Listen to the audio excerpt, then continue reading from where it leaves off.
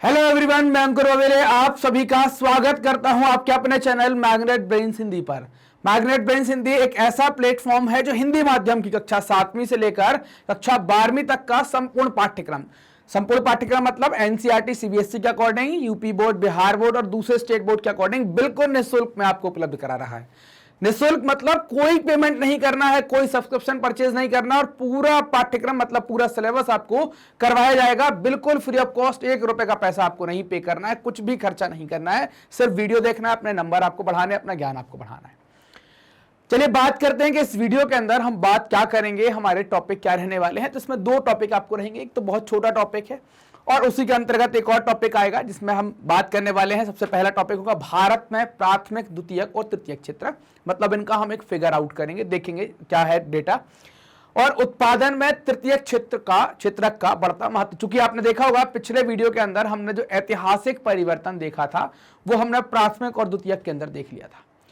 तृतीयक की हम बात कर लें कि उसकी महत्ता कैसे बढ़ रही है, तो हम ये यहां पर बात करेंगे कैसे इसकी महत्ता बढ़ रही है, कैसे ये आगे ग्रो कर रहा है, कैसे ये आगे जा रहा है, क्या क्या इसका योगदान है। और जो 2 सवाल पिछले वीडियो में छोड़े थे, है ना, कि उत्पादन क्या और रोजगार क्या, ऐसा कुछ 2 सवाल छोड़े थे, उन दोनों सवालों के जवाब भी हम यहां से लेने की कोशिश करेंगे, यहां से प्राप्त करने की कोशिश करेंगे। ये दोनों टॉपिक है कक्षा 10वीं के अर्थशास्त्र के अध्याय नंबर 2 के भारतीय अर्थव्यवस्था के क्षेत्रक। तो इसके अंतर्गत हम इन दोनों को पढ़ रहे हैं। सबसे पहले बात करेंगे भारत में प्राथमिक, द्वितीयक और तृतीयक क्षेत्रक पर। अब भारत में प्राथमिक, द्वितीयक और तृतीयक क्षेत्रक की बात जैसे आती है तो आपको पता है, बोले प्राथमिक मतलब जो कृषि और सहायक उत्पाद है, द्वितीयक मतलब कारखाना और तृतीयक मतलब सेवा क्षेत्र। तो एक टेबल आपको दी गई है, आलेख जिसको कहेंगे, एक टेबल दी गई है। टेबल में तीनों क्षेत्रकों द्वारा उत्पादित वस्तुओं और सेवाओं को दिखाया गया है।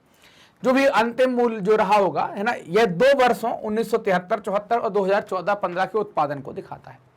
हमने इन दोनों वर्षों के आंकड़ों का उपयोग किया है। यह आंकड़े तुलनीय और प्रमाणिक हैं, मतलब अच्छी जगह से आंकड़े लिए गए हैं, ऐसे नहीं है कि कुछ भी बना दिया गया। आप देख सकते हैं 40 वर्षों में कुल उत्पादन में कितनी वृद्धि हुई है। देखो 2 साल हैं आपके पास, 73-74 का समय है और 2013-14 का समय है। ये आप रुपए देख पा रहे हैं, करोड़ में लिखे हुए हैं ऊपर की तरफ बढ़ते। तो आप यहां पर देखें, पहले 5 लाख करोड़ के अंतर्गत, या हम कहते हैं 6-7 लाख करोड़ के अंतर्गत लगभग तीनों सेगमेंट खत्म हो गए। नीला वाला प्राथमिक को बताएगा, लाल वाला द्वितीयक को बताएगा और हरा वाला तृतीयक को बताएगा। यहां पर आप पाएंगे कि प्राथमिक सबसे बड़ा समझ में आ रहा है और उसके बाद तृतीयक और फिर द्वितीयक। यहां पर मतलब आप 1973-74 में अगर आप देखते हैं कि सबसे बड़ा क्षेत्रक कौन सा है तो प्राथमिक, फिर दूसरा बड़ा कौन सा है तो तृतीयक, और फिर तीसरा कौन सा है, आखिरी कौन सा आता है, द्वितीयक। अगर वही बात आप देखें 2013-14 में तो आप योगदान देख सकते हैं, ये हरा आपको देखने को मिल जाएगा कितना बड़ा है, ये तृतीयक। मतलब आज की दौर में, आज के टाइम पर अगर हम बात करें तो सर्वाधिक उत्पादन या सेवाएं मूल्य के हिसाब से जो कर रहा है वो तृतीयक कर रहा है। फिर दूसरे नंबर पर द्वितीयक है और तीसरे नंबर पर प्राथमिक है। मतलब इसका नंबर पहला है, इसका दूसरा है और इसका तीसरा है। यहां पर उल्टा था कि प्राथमिक का पहला है, प्राथमिक का पहला है, तृतीयक का दूसरा है और द्वितीयक का आखिरी था, तीसरा था, है ना। लेकिन 2013-14 के अंदर डेटा बदल गया, तृतीयक का योगदान बहुत ज्यादा हो जाता है, फिर उसके बाद द्वितीयक का, उसके बाद तृतीयक का। तो अब जब हमें यहां से पता चल गया, इस टेबल से पता चल गया कि तृतीयक का योगदान बहुत ज्यादा हो गया, तो हम बात करेंगे उत्पादन में तृतीयक क्षेत्रक का क्या महत्व है, क्या उसका कंट्रीब्यूशन रहेगा, उसका कैसे महत्व बढ़ रहा है, उसके ऊपर हम बात करें। हमने 1973-74 से 2013-14 के बीच लगभग 40 वर्षों में देखा कि जो उत्पादन की बात की तो हमने पाया कि उत्पादन में वृद्धि हुई है। दोनों जगह आप देखें हमने पाया कि उत्पादन में वृद्धि हुई है। अगर हम यहाँ तीनों की भी बात करते हैं और यहाँ तीनों की बात करते हैं तो उत्पादन में वृद्धि हुई है। आप देख पा रहे होंगे कि पहले जो प्राथमिक का उत्पादन है वो 5 लाख करोड़ के नीचे रहा करता था, मतलब 2.5 के आसपास। यहाँ पर आप देख पा रहे हैं कि लगभग 8 लाख करोड़ के आसपास पहुंच गया है।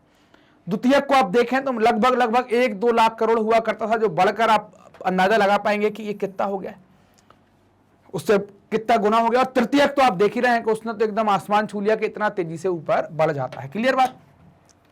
तो वृद्धि तो हुई है, ये सबसे अहम बात है कि तीनों क्षेत्रों में वृद्धि हुई है, लेकिन अहम वृद्धि जो हुई है, सर्वाधिक वृद्धि जो हुई है वो तृतीयक में हुई है। अब तृतीयक क्षेत्रक क्या है, तो तृतीयक क्षेत्रक को आप सेवा क्षेत्रक भी कहते हैं, सेवाएं प्रदान करता है। तृतीयक क्षेत्रक के अंतर्गत वस्तुओं का उत्पादन नहीं होता, सिर्फ सेवाएं बनती हैं, सेवाएं बिकती हैं। जैसे आप देख पा रहे हैं कि ये वाली सेवा हो गई, जैसे ये सेवा हो गई, या आप ट्रांसपोर्टेशन की सेवा देख लें, बैंकिंग सेवा देख लें, या कुछ खरीदना बेचना हो गया, तो कोई भी सेवा हो गई, सिर्फ सेवा यहां पर आपको मिलेगी, उत्पाद नहीं मिलेगा कुछ। वर्ष 2013-14 में भारत में प्राथमिक क्षेत्र को प्रतिस्थापित करते हुए तृतीय क्षेत्रक सबसे बड़ा उत्पादक क्षेत्रक के रूप में आ गया है। पहले अगर आप देखें यहां पर, तो यहां पहले प्राथमिक क्षेत्रक सबसे बड़ा हुआ करता था, लेकिन यहां की स्थिति अब सबसे बड़ा ये हो गया है। तो हम कह सकते हैं कि वर्ष 2013-14 में तृतीय क्षेत्रक ने प्राथमिक क्षेत्रक को प्रतिस्थापित कर दिया, उसकी जगह ले ली है और उसके स्थान पर नंबर 1 क्षेत्रक बन गया है, अगर हम मूल्य के बारे में और सेवाओं के बारे में बात करते हैं। तो भारत में तृतीय क्षेत्रक इतना महत्वपूर्ण क्यों हो गया है, इसके कई कारण हो सकते हैं, कई सारी बातें हो सकती है, जैसे कि हम देखेंगे यहां पर।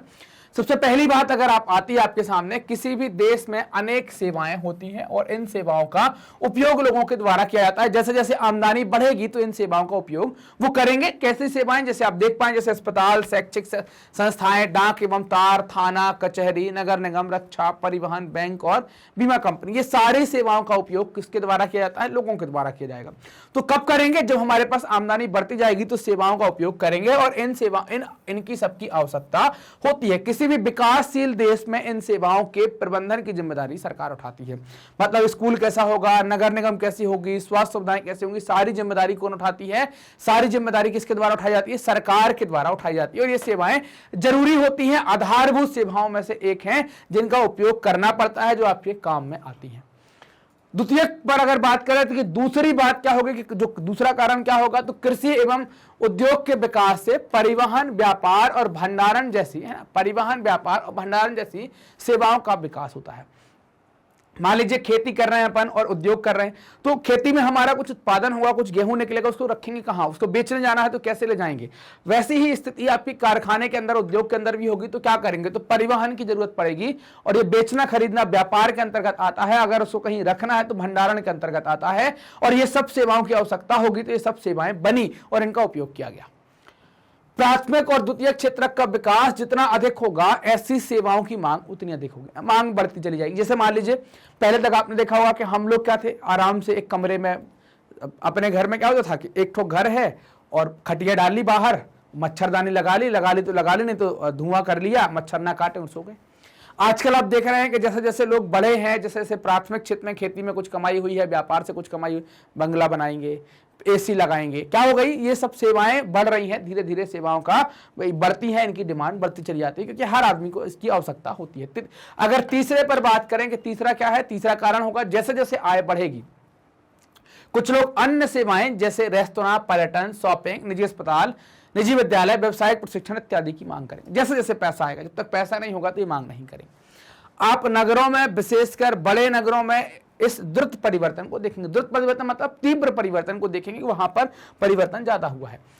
चौथी बात आती है कि विगत दशकों में सूचना और संचार प्रौद्योगिकी पर आधारित कुछ नवीन सेवाएं महत्वपूर्ण एवं अपरिहार्य हो गई हैं, मतलब इनका कोई जगह नहीं ले सकती, बहुत इंपॉर्टेंट हो गई है। इन सेवाओं के उत्पादन में तीव्र वृद्धि हुई है। जैसे किसी को सॉफ्टवेयर बनवाना है तो ये आईटी सेक्टर में बहुत तेजी से बूम आया है। आप देख पा रहे हैं, अलग अलग लैपटॉप लगा दिए और दुनिया लगा दी, तो दुनिया में इसका बहुत तेजी से वृद्धि हो रही है, दुनिया बड़ी तेजी से बढ़ रही है।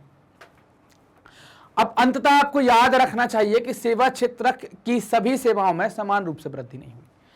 कुछ सेवाओं में वृद्धि हुई है, कुछ में नहीं हुई है, सब में ऐसी वृद्धि नहीं हुई। जैसा हमको डाटा देखने पर लगता है कि हो गई होगी, तो हम समझते हैं कि सब कुछ, तो सब कुछ में वृद्धि नहीं हुई है। ये आप देखें, हमारे पास 3 क्षेत्रक हैं। ये प्राथमिक क्षेत्रक की फोटो लगी है, जिसमें डेयरी के बारे में बात की गई है, कृषि के बारे में बात की गई है, खनन के बारे में बात की गई है और मछली पालने के बारे में बात की गई है। ये विनिर्माण क्षेत्र के अंतर्गत, मतलब द्वितीय क्षेत्रक आ जाएगा, जिसमें कारखाने बने हुए हैं, हम कुछ ना कुछ बना रहे हैं। और ये तृतीय क्षेत्रक जो सेवाएं प्रदान कर रहे हैं, तो तृतीय क्षेत्रक है। तो इस तृतीय क्षेत्रक पर बात करेंगे कि सब पर परिवर्तन वैसा नहीं हुआ जैसा दिख रहा है, कुछ पर ज्यादा और कुछ पर कम। भारत में सेवा क्षेत्र कई तरह के लोगों को नियोजित करते हैं, कई तरह के लोगों को नौकरी देते हैं, कई तरह के लोग काम करते हैं उसमें। जो हम उत्पादन की बात कर रहे थे, जो सवाल छोड़ा था हमने पिछले वीडियो में, तो उत्पादन का जवाब तो हमें मिल गया, नौकरी का जवाब हम यहां से ले लेंगे।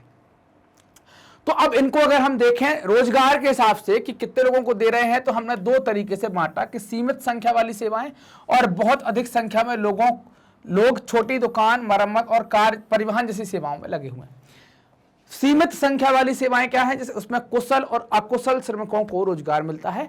और यहां पर क्या है, मतलब यहां पर कुशल और शिक्षित है ना, कुशल और शिक्षित श्रमिकों को रोजगार मिलता है, यहां पर अकुशल और अशिक्षित को रोजगार मिलता है। तो सीमित संख्या वाले में वेतन ज्यादा होता है, यहां पर वेतन कम होता है। इनको जो वेतन है वो कम दिया जाएगा। वेतन कम क्यों है, तो इतना कम होता है कि ये लोग बड़ी मुश्किल से अपनी जीविका का निर्वाह कर पाते हैं। वेतन कम क्यों होता है, क्योंकि यहां पर जिनको काम मिल रहा है वो क्या है, अकुशल श्रमिक हैं और साथ ही साथ क्या है, अशिक्षित हैं। तो इस कारण से इनका वेतन कम हो जाता है, और वेतन कम है तो इनको अपनी जीविका मतलब अपना जीवन चलाने में समस्या होती है। इन सेवाओं में ये इसलिए लगे हुए हैं क्योंकि उनके पास कोई और अन्य विकल्प नहीं है, कोई दूसरा रास्ता नहीं है कि जहां से वो कमा सके। इस कारण सेवा क्षेत्र के केवल कुछ भागों में ही महत्व बढ़ रहा है, बाकी में नहीं बढ़ रहा है। ये बात हमें हमेशा ध्यान में रखनी चाहिए। हम ये कह देते हैं कि बढ़ोतरी हो रही है तो डेटा देखकर समझ में आता है, लेकिन कुछ में हो रही है, सब में नहीं हो रही है, सिर्फ कुछ में परिवर्तन होता है। तो ये हमने तृतीय क्षेत्रकों की प्राथमिक, द्वितीय, तृतीय क्षेत्रक देखा, और तृतीय क्षेत्रक का जो महत्व बढ़ रहा है उसके बारे में बात की। हमने ये भी देखा कि महत्व पूरे तृतीय क्षेत्रक का नहीं बढ़ रहा है, कुछ चीजों का बढ़ रहा है उसमें, बाकी का नहीं बढ़ रहा है।